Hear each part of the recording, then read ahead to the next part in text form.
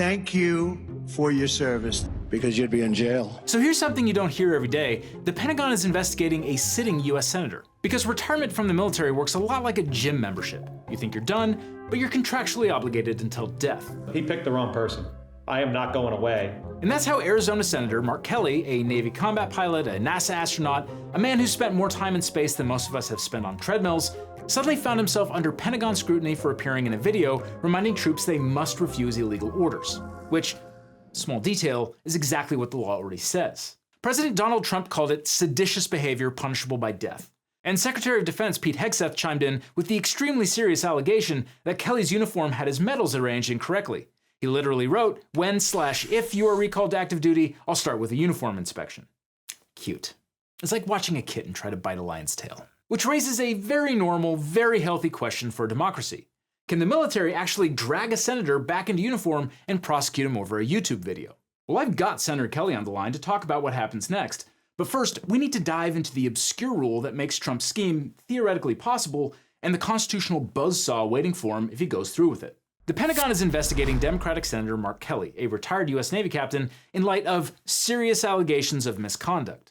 Kelly and 5 other Democratic lawmakers made a video reminding service members and intelligence officers of their duty to disobey illegal orders.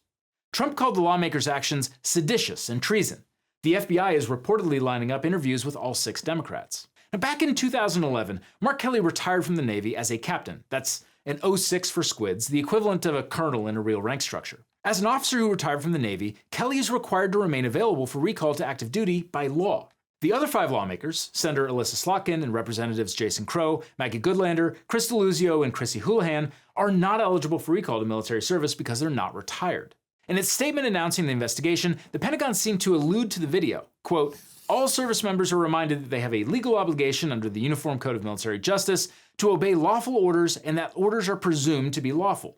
A service member's personal philosophy does not justify or excuse the disobedience of an otherwise lawful order." That's a correct statement of the law, kind of.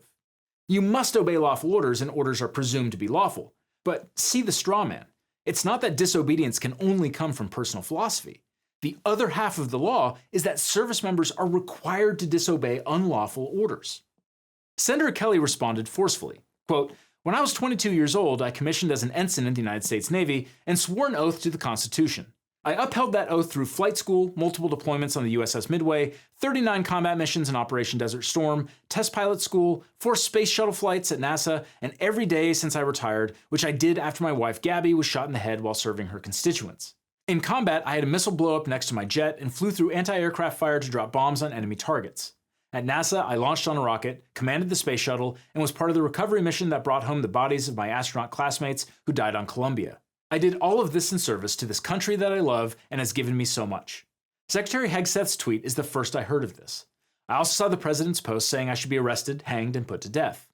If this is meant to intimidate me and other members of Congress from doing our jobs and holding this administration accountable, it won't work. I've given too much to this country to be silenced by bullies who care more about their own power than protecting the Constitution. Pete Hegseth responded as follows. "The video made by the seditious 6 was despicable, reckless, and false. Encouraging our warriors to ignore the orders of their commanders undermines every aspect of good order and discipline. Their foolish screed sows doubt and confusion, which only puts our warriors in danger. 5 of the 6 individuals in that video do not fall under Department of Defense jurisdiction. 1 is CIA and 4 are former military but not retired, so they are no longer subject to UCMJ. However, Mark Kelly, retired Navy commander, is still subject to UCMJ, and he knows that. Just 2 minor edits, Pete. Mark Kelly was a captain, not commander, and also, you can be the Secretary of Defense or you can be the Secretary of War Crimes. You can't be both." Which begs the question, what is Senator Kelly going to do to win this fight? Well, here to tell us what he's going to do to win this fight is Senator Mark Kelly from the great state of Arizona. Senator, thank you for joining me today. Great to be with you. So I want to start here. Why did you make your video? So when you consider who this president is and some of the things he's said in the past and who the Secretary of Defense is, we thought as a group that we're trying to head off future problems. President had said previously in his first administration, he talked about shooting protesters in the legs. Fortunately, he had a Secretary of Defense that told him that that is not an option. When he was running in 2016 for president the first time, he said on a debate stage, he said that he thought it was appropriate for the United States military to kill the family members of terrorists. That means spouses and children. Bret Baier of Fox News told him the military will not do that because that would be illegal. Donald Trump's response was, the military will not refuse my orders. He's more recently talked about sending troops to more cities and using those cities as training grounds. What that says to me is US citizens become props for the military to train against. So we were looking forward and felt that under these circumstances, when you consider who this president is, what he has said in the past, who the Secretary of Defense is, a guy that runs around on the stage talking about hunting and killing people, maximum lethality, warrior ethos, doesn't talk about the rule of law. He actually talks about gutting rules of engagement and implying that rules of engagement are a problem. The six of us, four of us who served in the military, two in the intelligence community, was like, we got a problem here. So why don't we just give a friendly reminder to members of the military that they are required to follow the law. It's pretty simple. We said what was in the Uniform Code of Military Justice. We basically restated the law that members of the military are not to follow illegal orders. And the president's response to that, I think, as everybody knows, is that we should be hanged and we should be executed and prosecuted. And in my case, now prosecuted under the Uniform Code of Military Justice, the thing that we had stated. Senator, I believe you said that you actually were notified of the possibility of recall from the retired rules by tweet. That's the only notification I've received. What comes next? He said something publicly about like the Secretary of the Navy has until December 10th to get back to him, meaning Pete Hegseth, with a plan. But I still have only really been notified via this tweet, which says a lot about our Secretary of Defense. He doesn't care about the law. He doesn't care about process. What he cares about is views on his Twitter account and how many followers he has and probably who's following him on Twitter. If the tweet or the threat of recalling you is never really acted upon, why do you think he said it? What was his intent? What was his purpose? Well, it's the same reason why Donald Trump said we should be executed. It's to silence us. He wants to make us afraid. He wants to make members of the military who are retired and active duty afraid to say things that he might not like, to speak up, to tell their leadership when something's not going right, especially if it is contradictory to the president. You know, the president talks a lot about how people follow his orders. They call him sir all the time. Have you heard this? They said, yes, sir, no, sir. Have you ever heard, you served in the military? I did. Have you ever heard a commanding officer speak like that? No. Not once. No. He wants to silence us, and he wants to silence the American people. And that is dangerous. But in this case, he picked the wrong person, because I'm not backing down. I'm not shutting up. I'll stand up to this guy. He can do whatever he wants, but I am not going away. You know, he's going to find out real soon. You know, he gets to just take a hike. So what would your advice be to service members now who are serving under this administration? I have deep respect and, you know, admiration for leaders in our military. We've got the best military in the world still, despite some of the things that Pete Hegseth has done and the things that he says and how I think he's trying to change the culture in a dramatic way that is not positive. We've got the most lethal fighting force in the world, like by far. I don't know what this guy is talking about with this lethality and warrior ethos bullshit. I mean, what he should be talking about, and what changes do we have to make to get them the equipment they need to be successful in Indo-PACOM, or if we wind up in a conflict in Europe, and you know how rapidly the militaries are changing, and how are we going to be able to innovate fast enough to keep up with countries like China? And what can we learn from Ukraine? Instead, he runs around on a stage, and I mean, it's embarrassing. I think the leadership of the U.S. military, with their non-reaction to this, they were probably shocked, but nobody even and I was so proud of them. The admirals and generals and senior enlisted that did not give him the reaction that he expected and wanted. It was good to see. They don't want anybody questioning them. I watched this cabinet meeting, some of it yesterday, and I've watched some of them before, and they are shocking. And you have a man, the President of the United States, sits there, and they go around the room, and the praise is just so effusive. I've never seen anything like that. I imagine this is what happens in places like North Korea. Now, when I was in charge, I was the commander of 2 space shuttle missions. When I had that job, one of the first meetings I would have with my crew members when we first got assigned, I would sit them down and I would tell them that you're required to question my decisions. It's not optional. This is a really dynamic environment we're operating in, and things can go wrong really, really fast. And we could break billion-dollar payloads, or we can get us all killed. So, my approach was, if you think we should be doing something differently and it affects safety or mission success, you have to talk to me about it, and we'll figure it out together. That's not this president. It's fealty to this guy. And we did something very simple. We spoke, we said something that was true and lawful, and for that, the most powerful man in the world said we should die. I was pretty shocked. So a lot has happened since the video went live. Do you think that you would have changed the video or made any modifications or added anything, knowing what you know now? Not a word. What we said was so basic and straightforward. Follow the law. Don't follow illegal orders. You can refuse them. You have to refuse illegal orders. It's in the law of armed conflict. It's in the manual of war for DOD. It's pretty straightforward. And I thought that if this president said anything, I thought he would have said 2 words, which are, of course. Of course you don't follow illegal orders. And then he might have followed it up with, well, why would you think I would ever give one, right? That kind of thing. That's what most presidents would do. And they would have, and some presidents would have said, yeah, listen to those guys. They've got experience. That's a good message. This president said, hang them.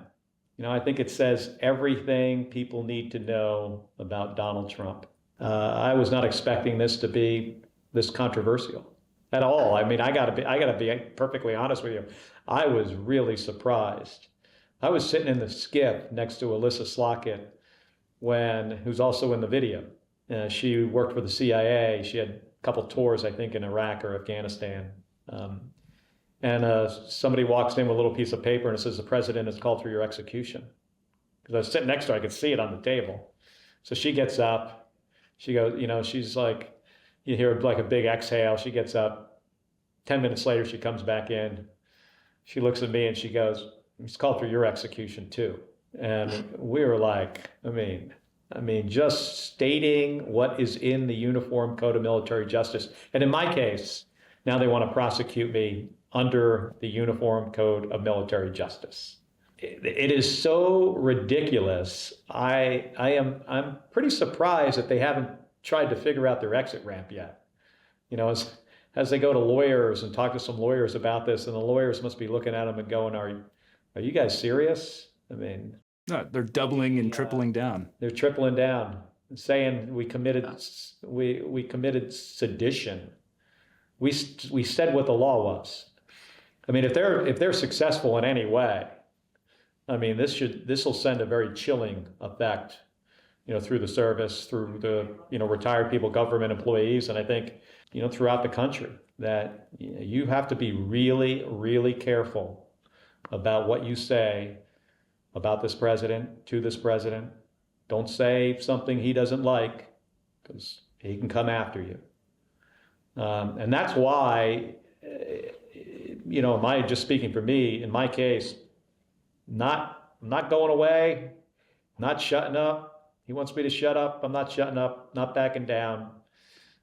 He's not going to get the result that he expects. Thanks again to Senator Kelly for joining us. Now, we didn't plan on this being the week of Pete Hegseth does a war crime and shit posts about it on social media, but here we are. So make sure to check out the other video I did with Senator Kelly about the Kill Them All order, and this video about what makes illegal orders illegal. Hey, sorry to interrupt, but if they do send Mark Kelly to jail, the thing he'll probably miss most is a home-cooked meal. Luckily for the rest of us, you can get everything you need to cook fresh, delicious, home-cooked meals delivered right to your doorstep through today's sponsor, HelloFresh. Now, I'm a do-it-yourself person, and I have to say I was initially pretty skeptical about HelloFresh. I think I'm a pretty good cook, so I didn't feel like I needed the help, but I actually loved it. Even for an experienced cook, HelloFresh delivers new ingredients and recipes that I'd never try on my own. And if you've never tried HelloFresh before, now is the perfect time to jump in since they've doubled their menu size to over 100 recipes for you to choose from each week, so you're never bored and always love what you cook. And I especially like their high-protein options. But the best part is that everything is delivered straight to my door, so I don't have to do any shopping. The produce actually gets to you faster than a grocery store, so it arrives at peak freshness and flavor. And I was surprised at how much time this saves. HelloFresh also cuts out meal planning and prep because the recipes are easy to follow and only take 20 to 30 minutes to cook, literally less time to cook than it would normally take to do the shopping. And HelloFresh is about 25% cheaper than takeout. So if you'd like to try HelloFresh for yourself, they're offering a special discount for Legal Eaglets. You can get up to 10 free meals on your first box at the link below or the one that's on screen with the code LegalEagleFM, all one word.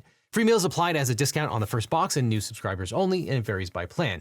But it's up to 10 free HelloFresh meals and free shipping. Just click or scan with the code LegalEagleFM, all one word. So start eating fresh home-cooked meals today, or I'll see you in court. To understand this whole doctrine of recalling retired service members, we have to start at the source.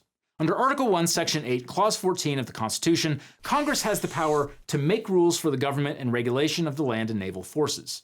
This clause is what allows Congress to create the Uniform Code of Military Justice, along with every military rule of criminal procedure. If Congress designates you as being part of the armed forces, then you can be subject to military justice, including trial by court-martial. And for more than a century, both Congress and the courts have agreed that retired does not mean done. It means you're part of the military until the day you die. So how does this actually work? Well, under the UCMJ, Article 2 lists everyone who is subject to military jurisdiction. And right there in the statute, we have these categories: retired members of the regular component who are entitled to pay, retired reservists who are receiving hospital care from the armed forces, members of the Fleet Reserve or Fleet Marine Corps Reserve, retired reserve members receiving pay. Therefore, if you're retired from active duty and entitled to military pay, you are legally considered part of the armed forces. Why? Because historically, retirees were a manpower reserve that the US could instantly reactivate during wartime. And retired pay isn't really a pension. It's considered reduced compensation for ongoing service obligations and kind of deferred compensation for when you were in active duty. The bottom line is that under federal law, a retiree is not fully a civilian. In fact, they get certain benefits, like they can wear their uniforms and maybe get saluted. But it also means that retirees can be recalled to active duty at any time under certain circumstances.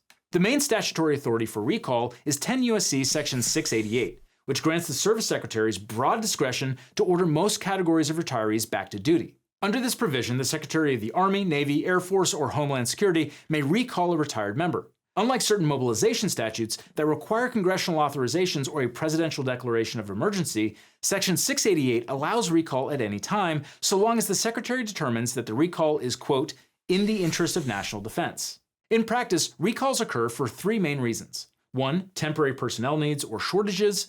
2, specialized expertise required for training, instruction, or advisory roles. And 3, disciplinary purposes, such as recalling a retiree to face a court-martial for alleged misconduct committed before or after retirement. But disciplinary recalls almost always involve actual crimes, such as assault, sexual misconduct, or fraud, crimes that have direct parallels in civilian courts. For example, in Larrabee v. Del Toro, a retired Marine sexually assaulted a civilian. The military recalled him, court-martialed him, and he was sentenced to confinement and a dishonorable discharge. The D.C. Circuit upheld his conviction, and the Supreme Court declined review. Kelly's situation is very different.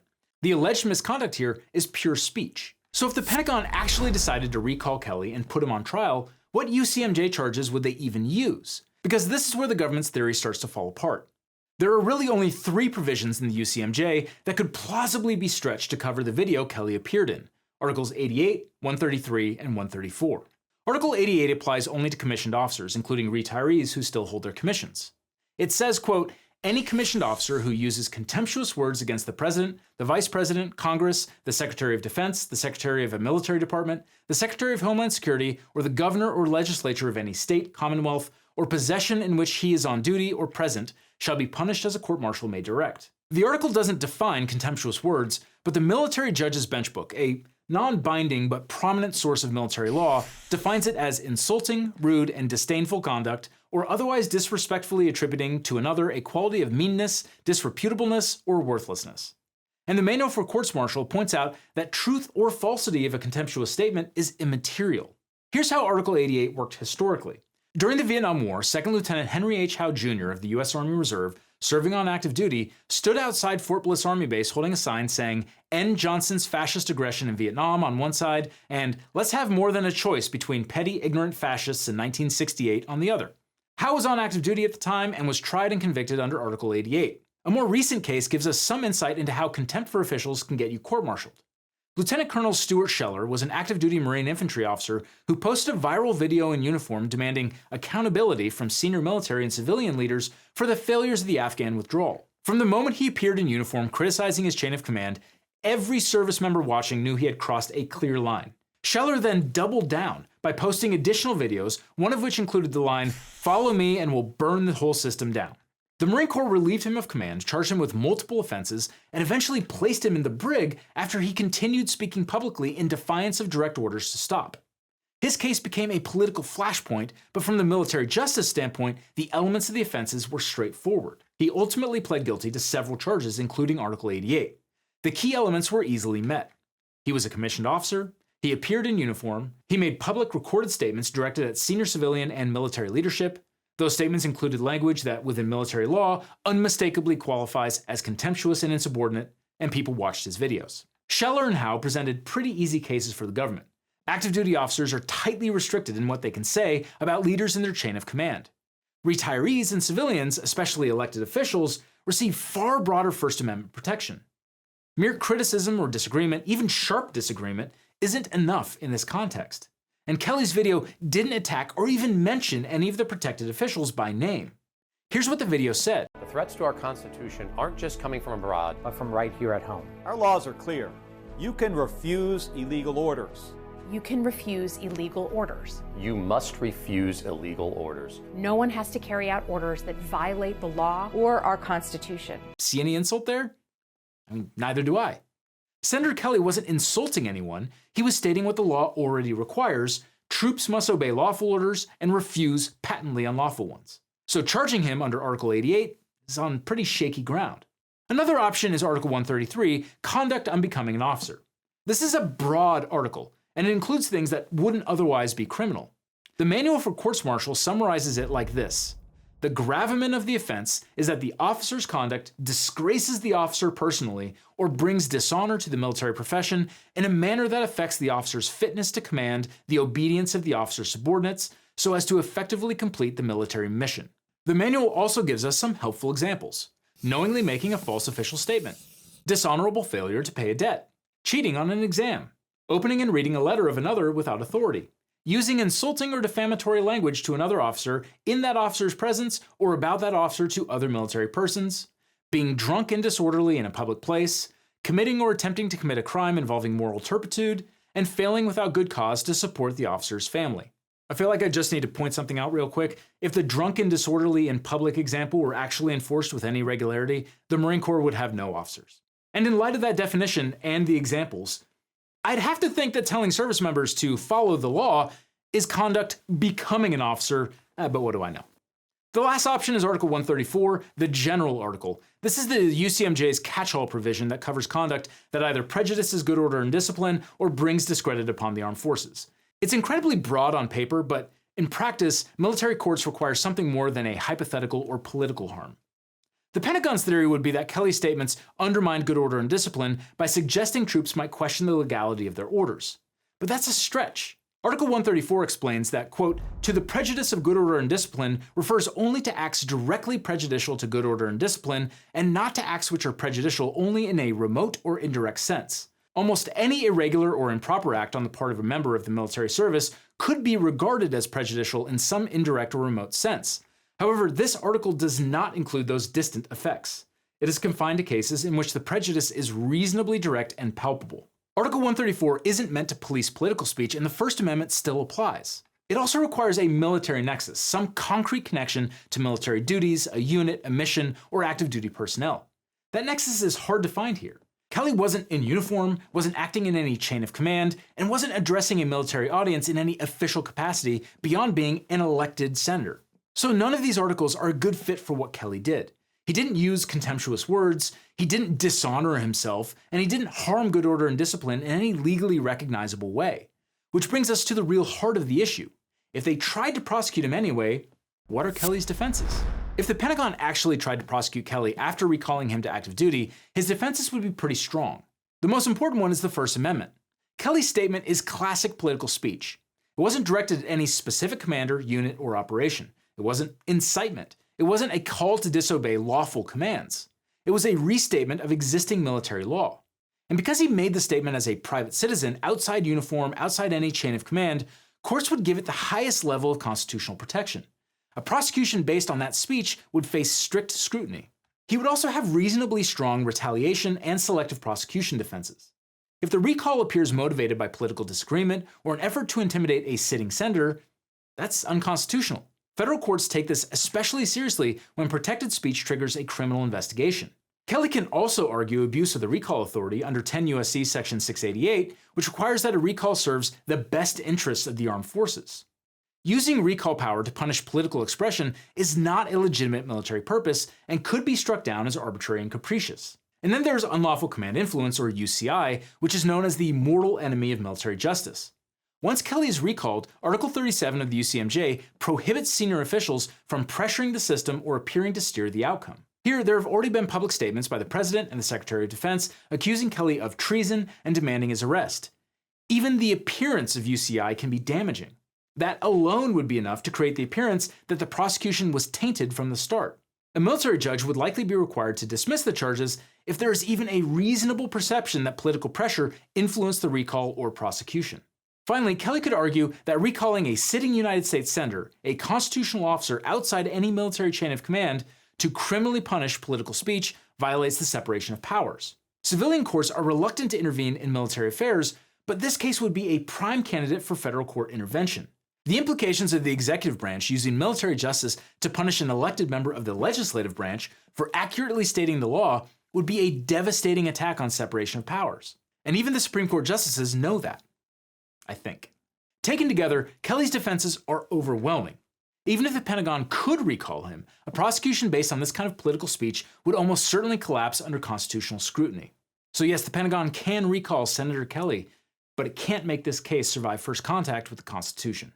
Now, all this highlights why it's so important to get a great lawyer when you're dealing with your own case. Now, after I started this channel, every week I'd get hundreds of comments and emails from viewers who are dealing with legal problems, and they'd ask, can you help me find a lawyer? How do I know if this attorney is any good? And there's a massive gap in our justice system. It's that people don't know how to find the right lawyer for their specific situation. They're scared, they're overwhelmed, and they end up doing nothing or hiring the first attorney who calls them back. And that really bothered me. So I started to wonder, what if there was a different way? What if we could build a law firm that actually lived up to the values that I talk about on this channel? Transparency, accessibility, and putting clients first instead of chasing billable hours. A firm where you don't need to pay anything up front, and your lawyers only get paid if you do to maximize your opportunity for justice. So a few years ago, I decided to fix that problem.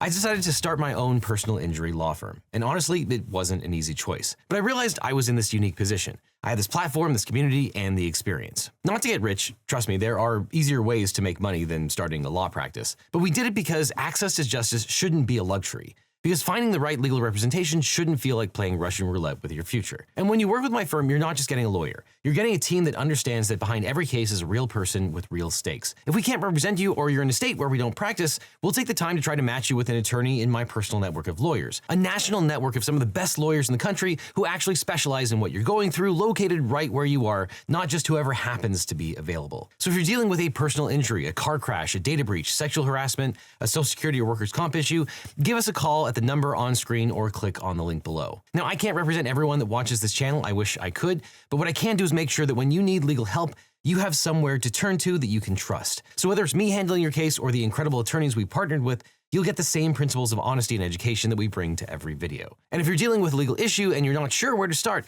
check out the link in the description. Let's have a conversation about how we can help you find not just a lawyer, but the right lawyer for your situation. Because at the end of the day, that's what this is all about, making sure that when life gets complicated, you don't have to face it alone. Which is why when you need a lawyer, you don't just need a legal team, you need the Eagle team.